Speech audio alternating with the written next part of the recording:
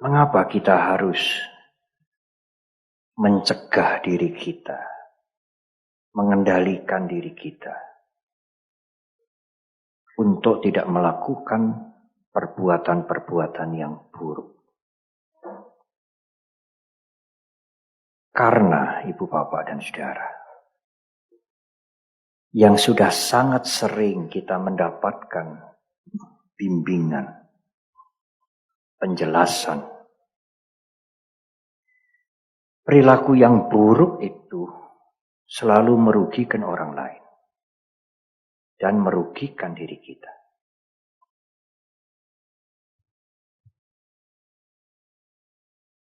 Kalau Anda berbuat yang buruk, apakah membunuh, menyakiti, mencuri, menipu, berbohong, dan lain-lain, ada yang lain yang menjadi korban. Selain keburukan kita bertambah.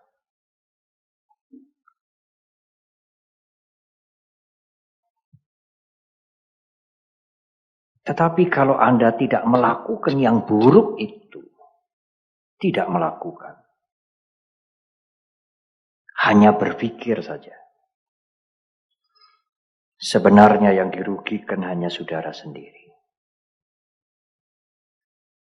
Keluarga, suami, istri, anak, lingkungan, orang lain tidak Anda rugikan.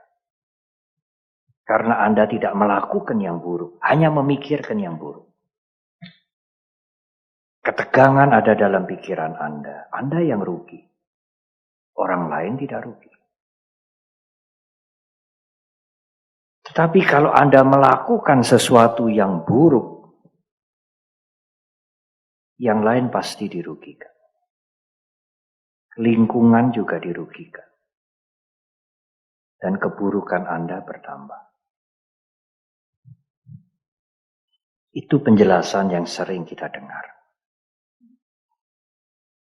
Tetapi saya ingin menghubungkan perbuatan buruk itu dengan pikiran.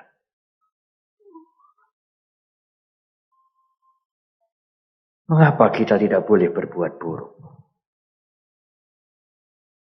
Kalau kita berbuat yang buruk, yang jelek. Kenapa ini?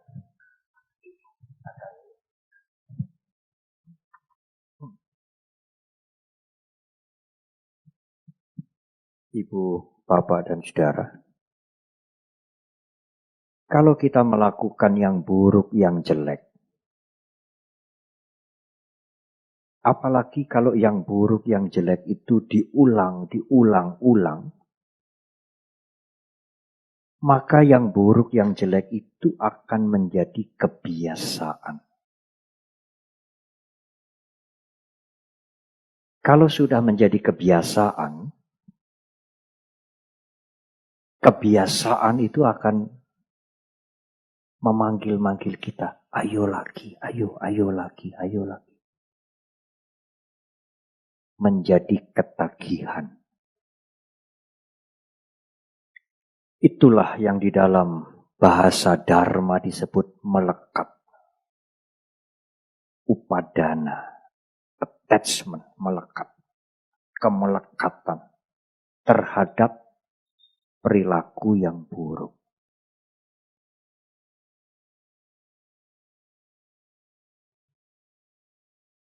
Mengapa Bante yang buruk membuat kita ingin mengulangi lagi. Padahal itu buruk.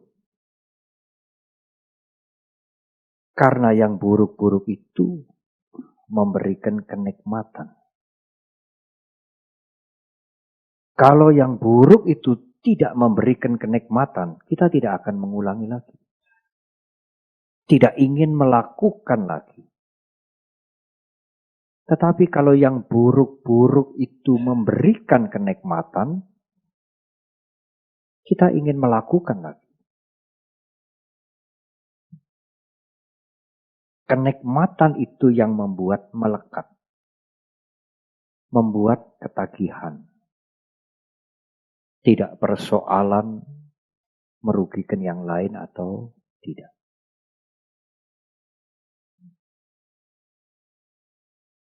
Ibu, bapak, dan saudara,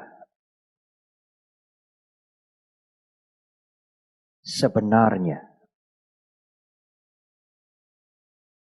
kehidupan kita sehari-hari itu yang paling banyak menguasai adalah kemampuan atau pikiran bawah sadar kita. Sedangkan kesadaran itu hanya mempunyai peranan 10%. Selebihnya bawah sadar yang bekerja.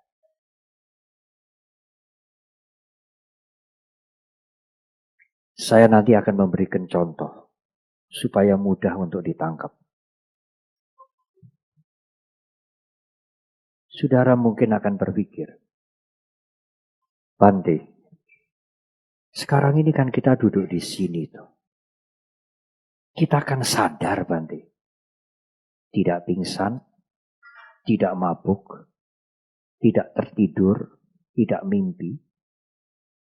Sadar saya duduk di sini, Anda duduk di situ. Kami duduk di sini sadar, Bante.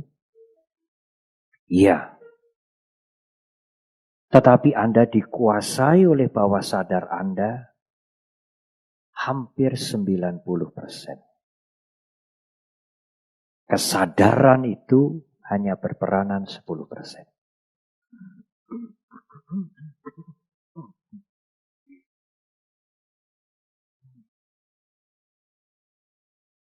Contoh, saudara. Di sana ada jam dinding besar.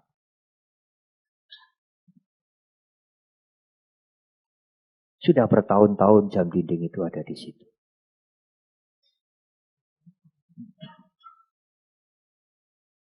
Suatu saat saudara berpikir, tentu lebih baik kalau saya pasang di sana. Supaya gampang melihat. Kalau dipasang di situ, hanya yang duduk di sini yang bisa melihat. Yang duduk di sini nanti melihatnya harus begini. Termasuk di rumah Anda.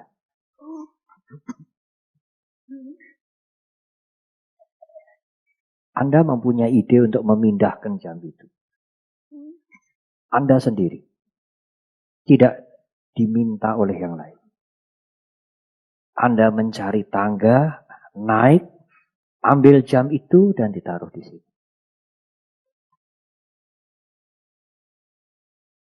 Tidak hanya di ruangan ini, di ruangan rumah Anda.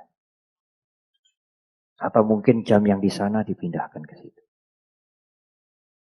Nanti, kalau Anda perlu waktu untuk melihat jam, Anda akan melihat di sana. Oh iya, sudah saya pindah ke sini. Keinginan untuk memindah itu Anda sendiri. Yang memindah dan memaku jam itu Anda sendiri. Tetapi berapa kali Anda lupa. Pada saat Anda melihat jam, selalu melihat ke sana atau ke situ.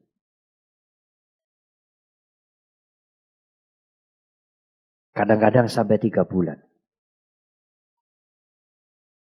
Apalagi kalau saudara bahasa Jawa mengatakan kesusu. Terburu-buru. Jam berapa sekarang tuh? Oh iya, sudah di sini. Karena bertahun-tahun Anda mendapatkan kenikmatan karena bingung ini sudah jam berapa, saya terlambat atau belum. Saudara mendapatkan jawaban yang melegakan, melihat jam ke sana. Itu kenikmatan. Membuang kebingungan, ini sudah jam berapa ya ini ya? Saya terlambat tidak? Saudara melihat ke sana berkali-kali. Dan di dinding itu saudara mendapatkan jawaban. Oh, baru jam 5 kurang seperempat. Sekarang Anda pindah ke sana. Sulit. Kalau kesadaran tidak hadir penuh, Anda tidak akan melihat jam di situ. Anda tetap mencari di sana terus. Sampai kadang-kadang 2 bulan, 3 bulan. Tergesa-gesa. Oh iya, sudah di sana. Betapa kuatnya bawah sadar itu. Saudara tidak tertidur, saudara tidak mabuk. Saudara tidak setengah teler. Iya, sadar penuh, benar. Tetapi saudara dikuasai oleh bawah sadar saudara. Saudara masih lupa melihat jam di sana. Padahal sudah dipindah ke situ. Tong sampah.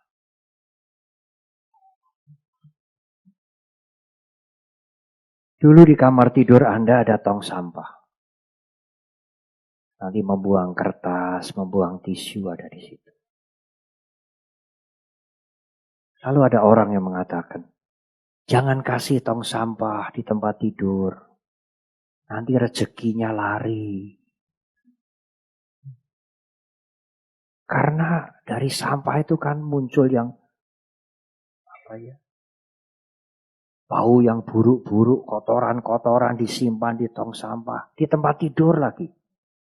Kalau Anda tidur itu kan rileks. Nanti yang buruk-buruk itu masuk ke nafas kita. Tong sampah harus ditaruh di luar kamar tidur. Di dalam kamar tidur jangan ada tong sampah. Saudara, masuk akal ini. Mulai sore ini, tong sampah kecil saya pindah keluar.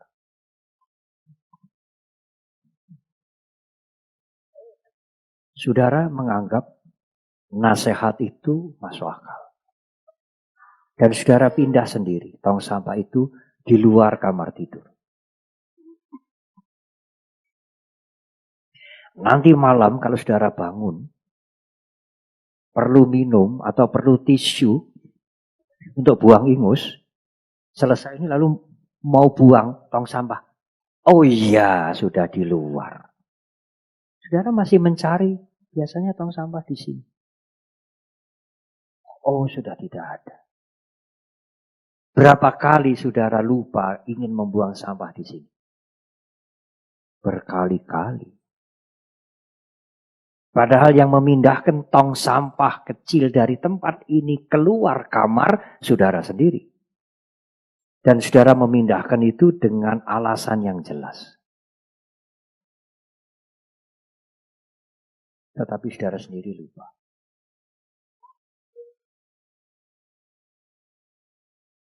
Ada lagi, saya mencatat banyak contoh. Ada yang mempunyai kebiasaan pagi minum kopi. Tidak ada makanan, tidak apa-apa, asal ada kopi. Saya pernah melihat seorang umat yang bertahun-tahun ketagihan kopi. Suatu saat tidak ada kopi. Kejadian itu membuat dia untuk membawa bubuk kopi. Waktu itu belum ada 3-in-1. Apalagi white coffee belum ada. Dia membawa bubuk kopi. Kalau sampai dia tidak bisa menyeduh kopi, bubuk kopi itu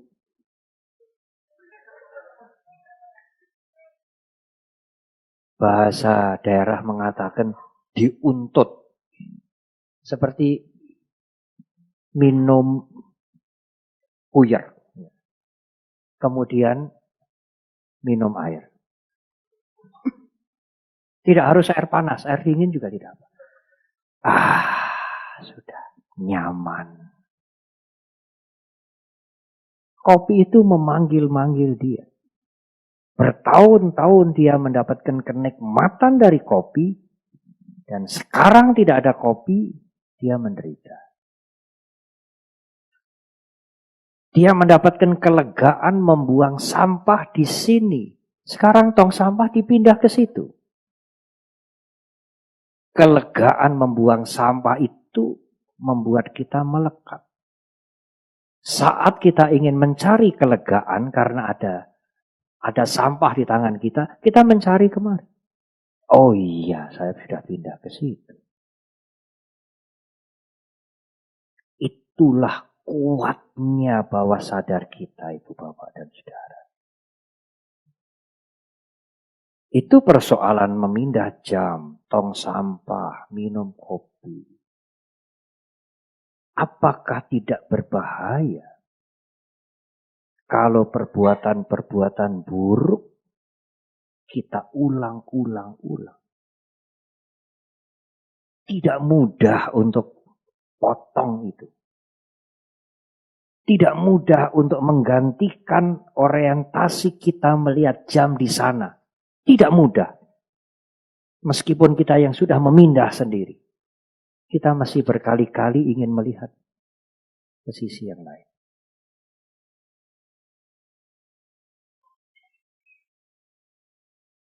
Masih ada contoh lagi.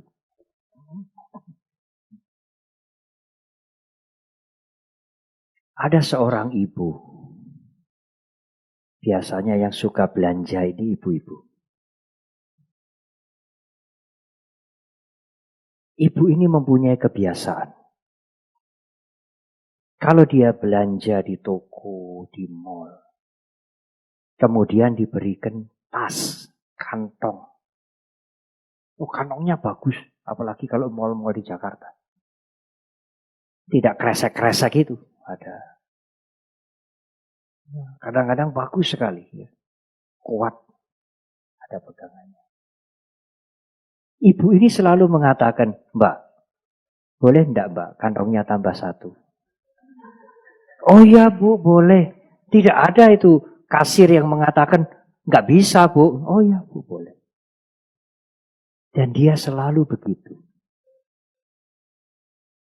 Setiap dia belanja, ada kantong yang bagus. Belum mulai belanja, dia sudah melihat kantong. Aduh, bagus kantongnya itu. Nanti saya mau cari tambahan 1. Lama-lama tidak hanya 1. Mbak, kantongnya tambah 2, boleh Mbak? Oh boleh Bu. Puas dia. Dia lakukan itu berkali-kali. Satu ketika temannya mengatakan begini. Sudah, jangan minta kantong tambahan. Secukupnya saja. Bisa enggak kamu? Cobalah. Ya, saya bisa. Pergi dengan temannya itu. Dia ada melihat kantong yang bagus. Di sini sudah kepingin minta tambahan. Tapi karena ada temannya itu, dia tidak berani minta. Besok aku mau pergi sendiri. Apalagi kalau melihat kantongnya bagus banget. Ulang tahun mall itu yang ke-10 kantongnya bagus. Aku minta 3. Mbak, kantongnya 3 lagi boleh Mbak. Ini kan belinya ini kan banyak banget. Ini kan nanti untuk dibagi-bagi. Oh boleh Bu. Semakin Anda mengulangi, bahwa sadar itu menjadi semakin kuat. Dorongan untuk mencari kantong ekstra semakin kuat.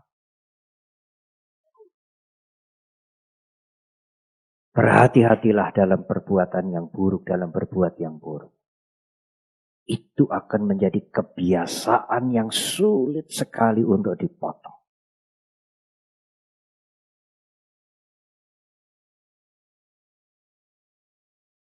Ada lagi. Dia menjadi karyawan. Kemudian naik tingkatannya, naik kedudukannya. Setiap dia mendapatkan tugas sesuatu, dia atur saja. Kalau misalnya belanja ini habis 500.000, dia atur saja supaya dia bisa mendapat paling tidak 10.000. Sampai tingkatannya ini naik, kedudukannya naik, gajinya besar, ngaturnya juga semakin besar.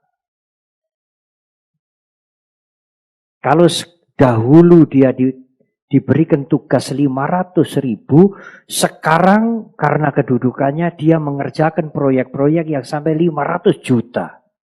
Dia selalu mencari cara bagaimana mengambil barang 5 juta atau 10 juta. Gajinya tidak kecil. Tetapi kelakuannya itu menjadi habit. Kebiasaan. Mengapa Bante? Karena nikmat. Karena menyenangkan. Berhasil dan menyenangkan. Dia akan mengulangi lagi, mengulangi lagi, mengulangi lagi. Kalau sampai dia tidak mendapatkan hasil untuk dirinya sendiri, gak bisa tidur ya. Kuat sekali itu. Panggilan itu kuat sekali.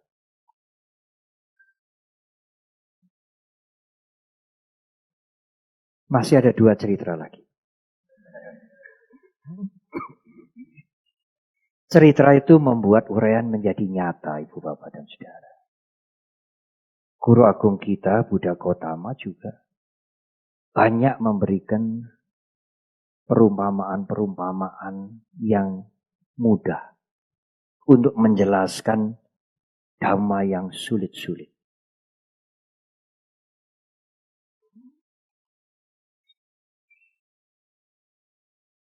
Tapi cerita memindah jam, minta kantong ekstra ini tidak ada di kitab suci. Ada seseorang, ya bisa bapak, bisa ibu, yang kalau ketemu temannya, dia selalu cerita kejelekannya orang lain. Sampai orang itu mengatakan kepada saya, Bante, saya kalau ketemu dengan ibu itu, semuanya itu jelek semua. Sepertinya dia mau mengatakan tetapi tidak keluar bahwa yang baik itu dia sendiri. Tapi itu tidak diomongkan. Dia ceritakan itu jelek. Saya sampai risih, Bante. Yang mendengar itu sampai risih. Karena semua orang yang diceritakan jelek. Saya pernah memancing, Bante. Pada waktu dia menceritakan kejelekannya orang lain itu, saya sengaja memancing. Lalu, jelasnya bagaimana Ibu? Wah, malah berkobar-kobar.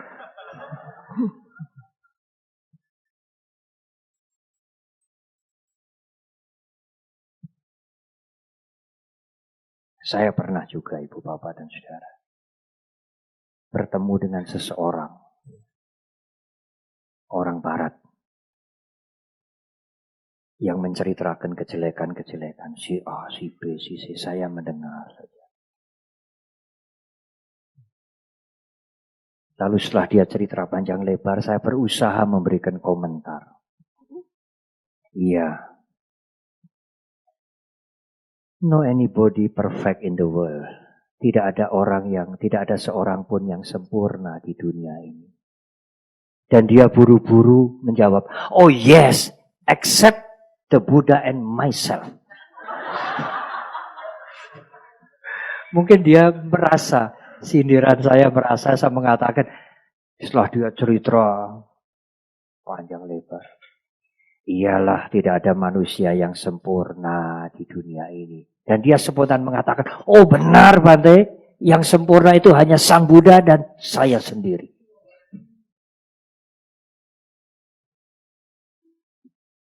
Mengapa dia begitu ya? Mengapa dia begitu Bante? Dia mendapatkan kenikmatan. Waktu menceritakan keburukan orang lain itu, senang dia, enjoy. Seolah-olah aku ini gak begitu loh. Aku ini enggak begitu. Tapi itu tidak terkatakan.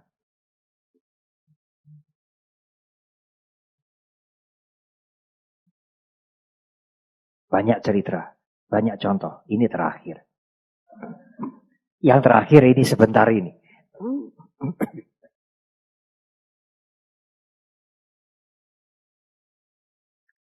Tetapi ada orang yang mempunyai kebiasaan lain. Dia tidak menjelekkan orang lain. Tetapi dia menceritakan dirinya sendiri. Keunggulan dirinya sendiri.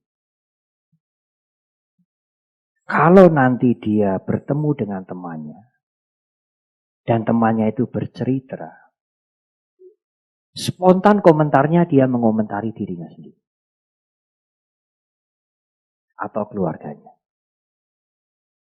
Suatu hari dia bertemu dengan temannya.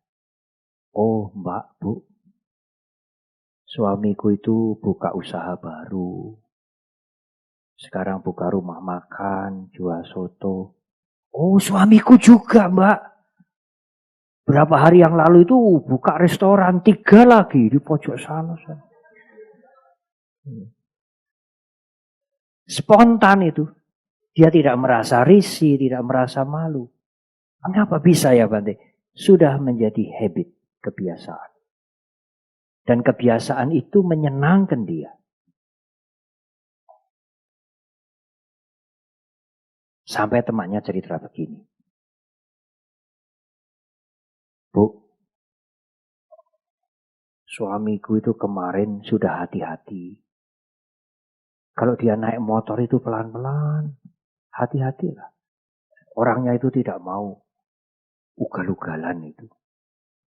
Tapi mendadak ada mobil itu, mungkin yang mengendarai itu mabuk atau bagaimana, ditabrak suami saya itu.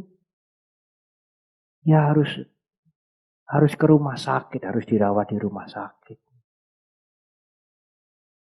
Temannya yang mendengar itu tidak memberikan empati, tetapi lebih-lebih lagi bu, suami saya 3 hari yang lalu itu tabrak mobil, motornya masuk selokan, suami saya sampai gepeng itu sampai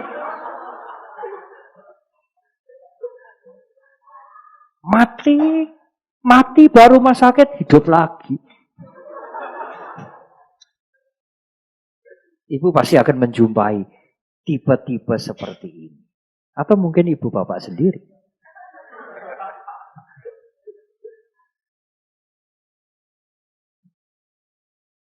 Menceritakan kejelekan orang lain. Berhati-hati.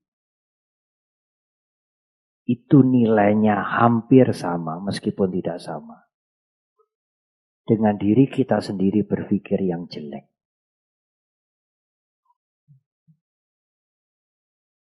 Anda ingin mencuri sesuatu karena Anda senang benda ini. Mencari kesempatan bagaimana caranya. Atau mungkin sudah bekerja, orang itu mempunyai benda ini cukup banyak. Kalau saya ambil satu dia tidak tahu dan saya butuh. Anda mempunyai pikiran bagaimana mencuri. Anda berpikiran buruk.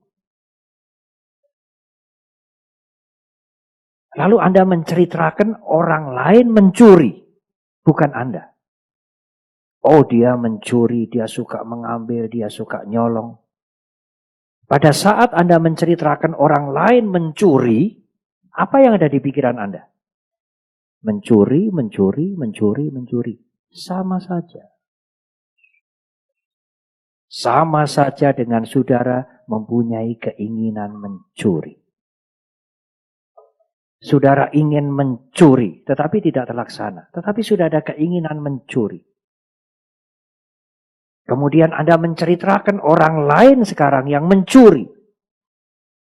Pada saat Anda menceritakan orang lain mencuri, pikiran Anda buruk. Yang ada di pikiran Anda adalah mencuri. Hampir sama nilainya dengan Anda ingin mencuri. Berhati-hati dengan menceritakan keburukan orang lain. Karena menceritakan keburukan orang lain hampir sama dengan Anda berkeinginan buruk. Karena pikiran itu ada di sini, sama-sama di sini. Ingin buruk juga di sini, menceritakan yang buruk-buruk juga munculnya dari sini. Apakah tidak boleh Bante menceritakan keburukan orang lain? Tidak ada gunanya. Kalau tidak sangat terpaksa dengan tujuan yang baik, tidak perlu menceritakan keburukan orang lain.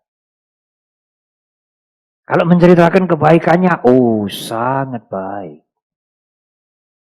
Dia suka menolong, dia suka membantu, dia jujur. Maka yang Anda pikirkan adalah baik. Menolong, membantu, jujur. Anda mengisi pikiran Anda dengan yang baik. Meskipun Anda hanya menceritakan kebaikan orang lain. Dan secara psikologis, menceritakan kebaikan orang lain bisa mendorong Anda, mendorong ibu bapak dan saudara untuk mencontoh perbuatan itu.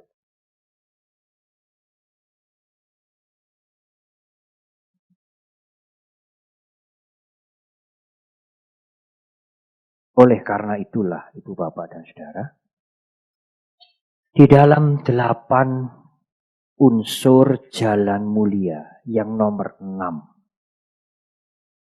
Guru Agung kita mengajarkan sama wayama, usaha yang benar. Usaha di sini bukan usaha mencari duit, bukan.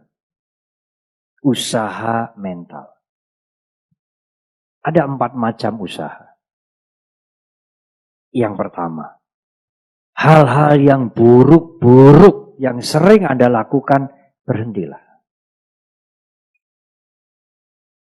Kalau tidak berhenti, nanti kekuatan untuk melakukan lagi semakin kuat. Kalau Anda sering meminta tas ekstra, stoplah. Kalau itu dilakukan terus-menerus, keinginannya menjadi lebih kuat. Stoplah, berhentilah. Di rumahnya itu sampai koleksi tasnya itu banyak sekali. Tidak dipakai. Tapi dia mendapatkan yang baru itu senang sekali. Gratis. Yang kedua, yang buruk-buruk yang belum pernah dilakukan, jangan dilakukan. Karena sekali dilakukan, itu ada di dalam ingatan kita. Kalau sekali dilakukan membawa kenikmatan, bisa ingin mengulang lagi.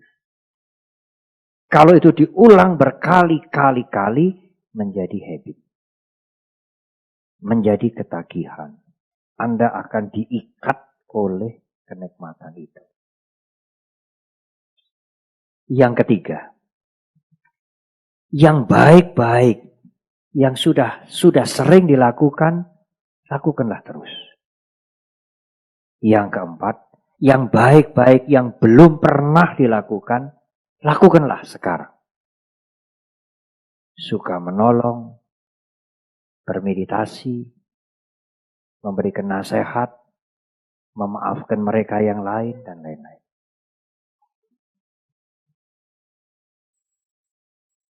Dan, ibu bapak dan saudara-saudara,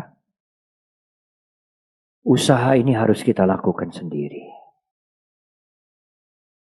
Menghentikan yang buruk, tidak melakukan yang buruk, melanjutkan yang baik, menambah yang baik, harus kita lakukan sendiri. Orang lain tidak bisa membuat saudara berhasil. Termasuk para guru, termasuk guru agung kita. Guru-guru kita, guru agung kita hanya memberikan petunjuk jalan. Mendorong kita, mengingatkan kita. Tetapi untuk mampu mengendalikan diri harus kita sendiri. Guru agung kita pernah memberikan perumpamaan. Seperti seorang pemain sirkus. Pemain sirkus ini bisa jalan di atas tali yang dibuat dari kawat. Tidak terjatuh dia. Dan kadang-kadang tali itu 10-20 meter dari ubin ini. Panjang. Dia berjalan di atas tali, membawa galah, tidak jatuh. Siapa yang membuat dia bisa berjalan di atas tali tidak jatuh sebagai pemain sirkus? Guru agung kita mengatakan dia harus latihan sendiri. Guru sirkus tidak bisa membuat dia mencari keseimbangan. Anda harus latihan. Latihannya mungkin pertama kali ya tidak tinggi-tinggi. Dari lantai mungkin 1 meter atau 2 meter. Bawahnya ada matras. Karena kalau dia jatuh tidak ada matras, pecah nanti kepalanya. Kemudian naik. Guru sirkus hanya mengatakan, jangan tegang, rileks, cari keseimbangan. Pikiran jangan kemana-mana, konsentrasi, rileks. Hanya itu. Siapa yang bisa membuat dia seimbang? Dia sendiri. Siapa yang membuat Anda bisa mengendalikan diri Anda dari perbuatan-perbuatan yang buruk? Anda sendiri. Orang lain tidak bisa.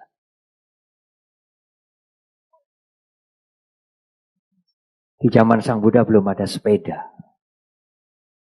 Kalau sudah ada sepeda, mungkin contohnya naik sepeda. Waktu Anda sekalian, ibu bapak dan saudara naik sepeda kan begitu tuh. Jatuh. Orang lain membantu hanya memegang dari belakang. Setelah bisa kemudian dilepas pelan-pelan, jatuh. Sampai berdarah, ayo lagi. Melatih lagi, ayo lagi. Jangan khawatir. Yang lain bisa, mengapa kamu tidak bisa? Akhirnya bisa. Setelah bisa, tidak hanya sepeda. Dia bisa naik motor. Dengan satu tangan. Yang satu.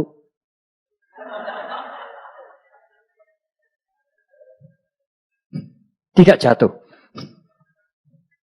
Tapi bahaya. Karena latihan. Siapa yang mampu mengendalikan yang buruk-buruk dari perilaku kita, kita sendiri. Orang lain tidak bisa membuat kita berhasil. Anda harus melatih. Gagal melatih kembali. Kalau Anda tidak mau menghentikan yang buruk menjadi semakin kuat. Apalagi kalau diulangi.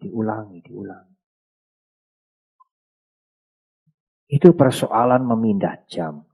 Kebiasaan melihat jam. Kebiasaan membuang sampah di sini. Kebiasaan minum kopi. Kebiasaan minta tas tambahan. Kebiasaan membicarakan orang lain. Hanya itu, apalagi kebiasaan buruk yang lain. Tidak mudah untuk dihentikan. Kalau tidak ada tekad yang kuat, usaha yang sungguh-sungguh dan terus-menerus, sulit untuk menghentikan kebiasaan yang sudah menjadi, yang memberikan kenikmatan seperti menjadi sifat kita. Itulah perlunya sila. Mengendalikan diri. Supaya yang buruk-buruk tidak menjadi kebiasaan kita. Hubungan sila dengan pikiran kita, supaya yang buruk-buruk tidak menjadi kekuatan pikiran kita untuk melakukan kembali.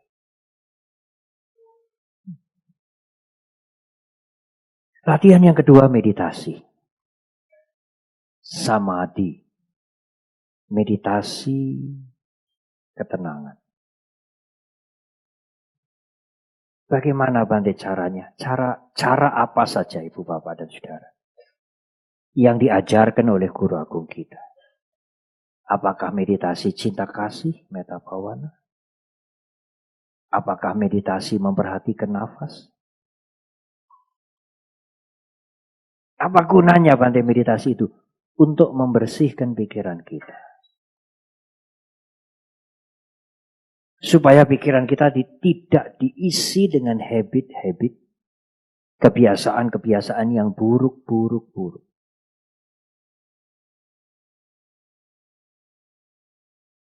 Tidak ada cara lain Ibu Bapak dan Saudara membersihkan pikiran selain dengan meditasi. Tidak ada cara lain.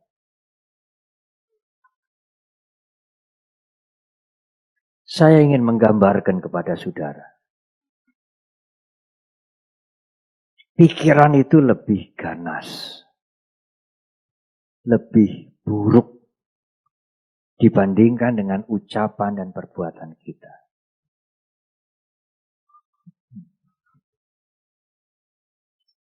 Kita tidak mungkin mengucapkan apapun yang kita mau, melakukan apapun yang kita mau karena lingkungan. Malu dengan suami, dengan istri sendiri, dengan anak-anak, dengan lingkungan.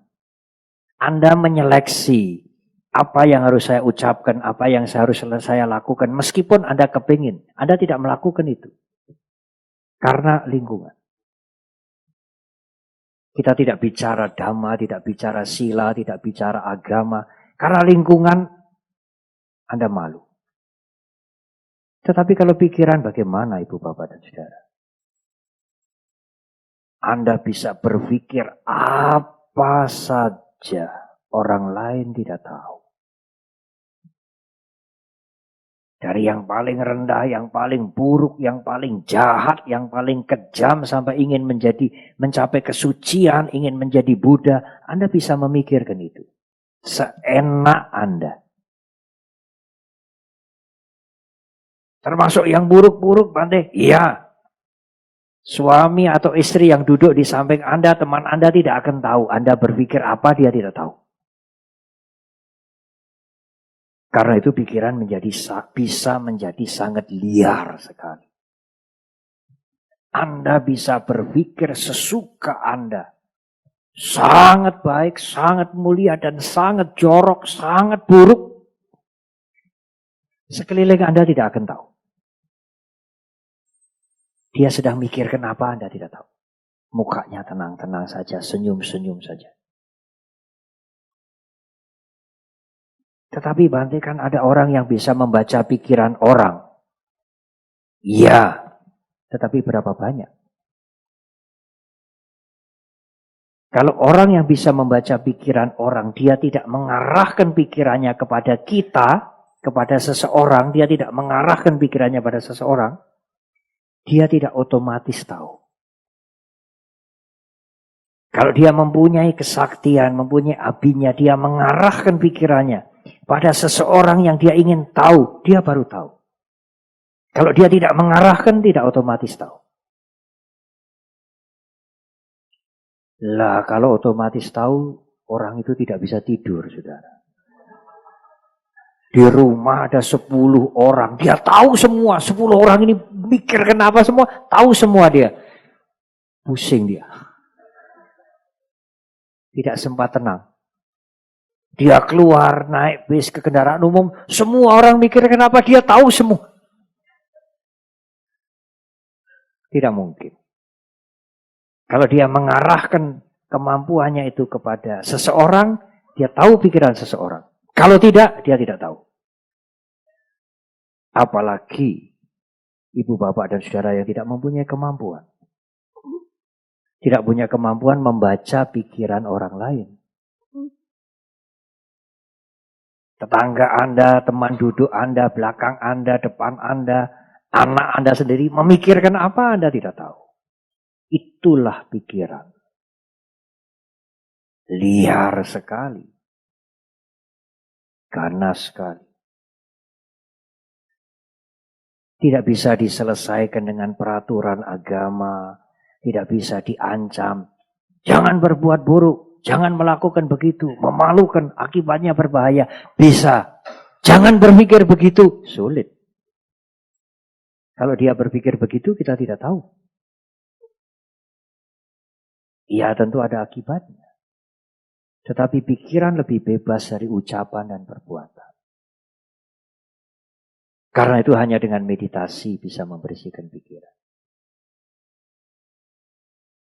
Pada saat pikiran kita hanya memegang satu objek yang baik atau yang netral, pikiran kita tidak memikirkan yang lain-lain.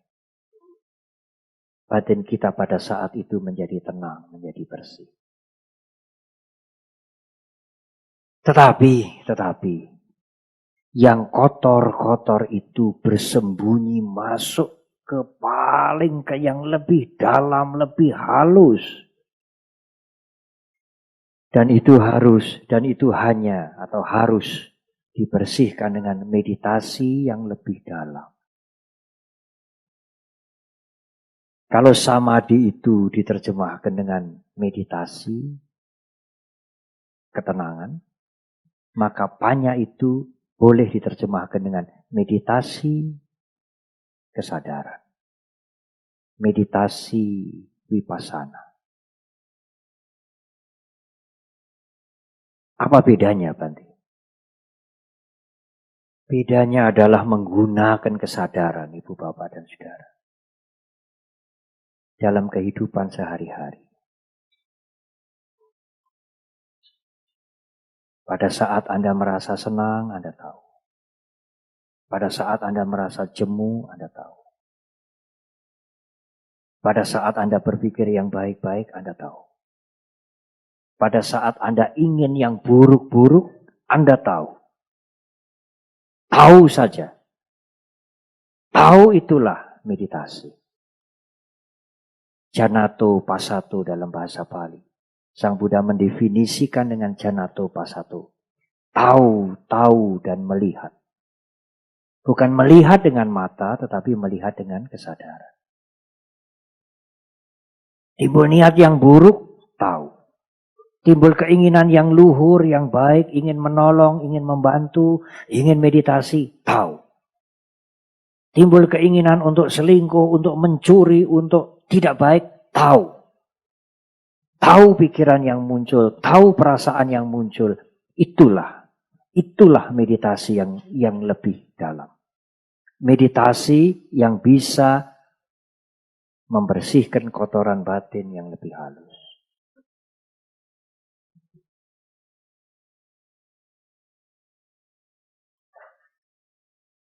Ibu, Bapak, dan Saudara.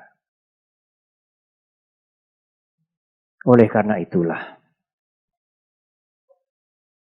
saya ingin memberikan kata kunci. Ini sudah 1 jam. Dari uraian yang cukup panjang ini, apa Bante yang paling mudah yang harus saya ingat-ingat? 2 hal. Yang pertama, jangan melakukan yang buruk. Karena kalau Anda melakukan yang buruk, itu adalah permulaan membangun kekuatan bawah sadar yang buruk. Kalau ini menjadi kuat, nanti sulit untuk mengatasi. Yang kedua, lakukanlah yang baik-baik dengan kesadaran. Karena banyak sekali kesadaran itu akan membantu kita. Membebaskan keruwetan pikiran kita. Menjaga pikiran kita. Menenteramkan kita.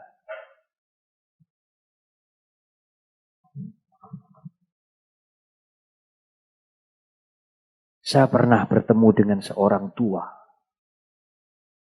Dia rajin ke wihara, dia rajin membawa makanan. Tapi ibu ini jalannya tidak begitu stabil. sering jatuh masuk rumah sakit. Saya mengatakan, Ibu, cobalah Ibu. Jangan tergesa-gesa. Jalan dengan kesadaran. Dia tidak ngerti apa itu kesadaran. Lakukan segala sesuatu Ibu kalau bisa ya. Semaksimal mungkin dengan kesadaran. Itu sangat berguna. Dia tidak mengerti apa yang saya maksudkan dengan kesadaran. Dia mengatakan, saya datang ke wihara ini dengan kesadaran saya kok Bante. Tidak ada yang memaksa. Lah, salah paham ini. Kesadaran dalam meditasi itu adalah memperhatikan. Dalam bahasa daerah dikatakan gateke. Jadi kalau Ibu jalan kaki, berjalan, perhatikanlah itu langkahnya itu digateke, diperhatikan. Jangan meleng. Berjalan di sini tapi pikirannya di rumah. Oh, dia tahu. Waktu saya mengatakan perhatikan itu Ibu, kakinya itu waktu jalan diperhatikan, digateke itu. Tahu dia. Oh ya. Sekarang dia jalan dengan pelan-pelan. Jatuhnya berkurang. Waktu jalan pikiran Ibu pada kakinya Ibu itu. Jangan mikirkan yang lain dulu. Ibu nanti tidak akan mudah jatuh. Dan itu meditasi. Itu meditasi.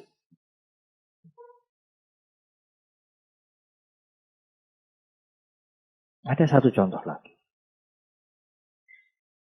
Seseorang di desa kecil, ya seperti kota tapi masih desa. Suatu hari liburan panjang. Dengan keluarganya, dia naik mobil, ingin piknik. Misalnya dari Jogja mau ke Semarang. Dari salah satu desa di Jogja mau ke Semarang. Berangkat dia. 1 jam dia mengendarai mobil. Istrinya berkata pada suaminya, Pak, tadi kompor sudah saya matikan belum ya? Lalu rumah rasanya belum saya kunci. Mah, pikir yang benar, Mah. Lupa saya. Udah belum? Ya rasanya udah, tapi belum. Dia mau telepon, dia tidak bisa. Karena itu liburan panjang, teman-temannya pergi semua. Stres dia. Pak, mumpung belum jauh kita pulang aja dulu untuk memastikan. Nah, kita sudah jalan 1 jam. Sudah separuh ini. Nah, nanti kalau rumah kita dimasuki maling bagaimana? Pulang dia. Pulang dilihat. Oh, kompor sudah dimatikan. Pintu sudah dikunci. Lah, Mama kok lupa bagaimana tadi? Karena dia melakukan itu cepat-cepat, tidak dengan kesadaran. Kalau dia mematikan kompor dengan kesadaran, klek. Jadi waktu dia mematikan kompor, pikirannya ke Semarang, belonjo, cari tas tambahan, yang gratis-gratis. Ya. Waktu dia tutup pintu juga anaknya rewel, tutup saja, dia pergi. Dia tidak melakukan itu dengan kesadaran. Dia tersiksa. Kalau dia mematikan kompor dengan kesadaran, dia mengunci pintu dengan kesadaran, pikiran dia di situ. Klek. Suaminya tanya, Mah, rumah udah dikunci? Sudah. Kompor udah dimatikan? Sudah. Jelas, Mah? Jelas. Saya melakukan dengan kesadaran. Itulah meditasi kesadaran.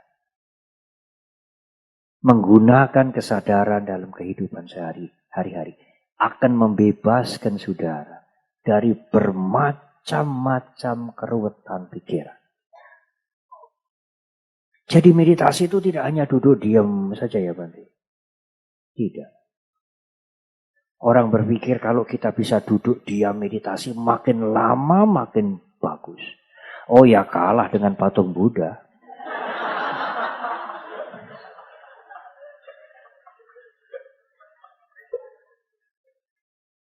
Buddha rupa duduk paling lama. Hadirnya kesadaran dalam keseharian, justru itulah meditasi yang sangat penting. Sehari sekali duduk meditasi untuk menghadirkan kesadaran. Tetapi yang lebih penting dari sehari sekali duduk, menggunakan kesadaran dalam kehidupan sehari-hari. Mengetahui perasaan yang muncul, yang menyenangkan, yang tidak menyenangkan. Pikiran yang baik, yang buruk, yang jelek, yang mulia. Tahu. Kesadaran itu akan membebaskan kita. Akan mengurangi kita. Mengurangi kotoran-kotoran batin yang halus. Meskipun kita belum bebas dari penderitaan sepenuhnya. Kalau kita menggunakan kesadaran kita, kita akan reduce. Kita akan mengurangi penderitaan itu.